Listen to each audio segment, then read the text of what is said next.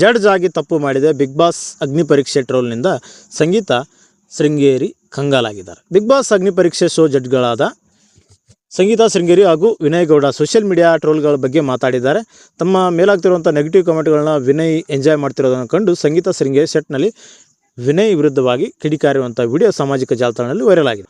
Big boss Kannada ಕಿರುತೆರೆ ಅತ್ಯಂತ ಜನಪ್ರಿಯತೆ ರಿಯಾಲಿಟಿ ಶೋಗಳಲ್ಲಿ ಒಂದು. ಇದೀಗ ಬಿಗ್ ಬಾಸ್ ಅಗ್ನಿ ಪರೀಕ್ಷೆ ಎಂಬ ವಿಶಿಷ್ಟ ಹಾಗೂ ಹೊಸ ಮಾದರಿಯಲ್ಲಿ ಶೋ ಆರಂಭಗೊಂಡಿದೆ.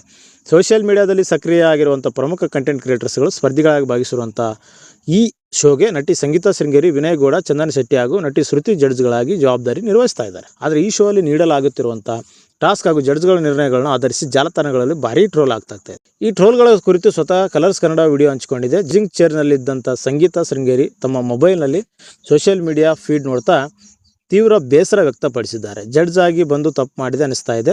ಫೀಡ್ ತುಂಬ ಬರೀ ನೆಗೆಟಿವ್ ರಿವ್ಯೂ ಹಾಗೂ ಟ್ರೋಲ್ಗಳೇ ಕಾಣಿಸ್ತಾ ಇದ್ದಾವೆ. ನಾವು ಪ್ರಾಮಾಣಿಕವಾಗಿ ಕಟ್ಟುನಿಟ್ಟಾಗಿ ಜಡ್ಜ್ ಮಾಡ್ತಿರುವುದಕ್ಕೆ ನಮಗೆ ಈ ಟ್ರೋಲ್ ಮಾಡಬೇಕಾ ಎಂದು ಪ್ರಶ್ನೆ ಮಾಡಿದ್ದಾರೆ. ಇದಕ್ಕೆ ಪ್ರತಿಕ್ರಿಯಿಸಿದಂಥ ವಿನಯ್ ಗೌಡ, ಬರೀ ನಿನ್ನಷ್ಟೇ ಅಲ್ಲ ಸಂಗೀತ, ನನ್ನ ಮೇಲೆ ಟ್ರೋಲ್ ಆಗ್ತಾ ಇದೆ.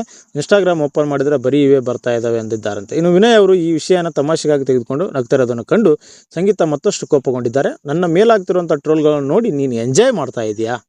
ಇದರಲ್ಲಿ ತಮಾಷೆ ಏನಿದೆ ಎಂದು ವಿನಯ್ ವಿರುದ್ಧ ಸಂಗೀತ ಗರಂ ಆಗಿ ಅಲ್ಲಿಂದ ತೆರಳಿದ್ದಾರೆ. ಇದಕ್ಕೆ ಎರಡನೇ ಪಾರ್ಟ್ ಕೂಡ ಬರಲಿದೆ ಎಂಬಂಥ ಮಾಹಿತಿ ಕೂಡ ನೀಡಲಾಗ್ತಾ ಇದೆ. ಇನ್ನು ಬಿಗ್ ಬಾಸ್ ರಿಯಾಲಿಟಿ ಶೋಗೆ ಕರೆದುಕೊಂಡು ಹೋಗಲು ಬಿಗ್ ಬಾಸ್ ಅಗ್ನಿ ಪರೀಕ್ಷೆ ಮಾಡಲಾಗಿದೆ. 60 ಮಂದಿ ಪೈಕಿ ಕೆಲವರನ್ನ ಬಿಗ್ ಬಾಸ್ ಮನೆಗೆ ಕರೆದುಕೊಂಡು ಹೋಗಲಾಗ್ತಾ ಇದೆ.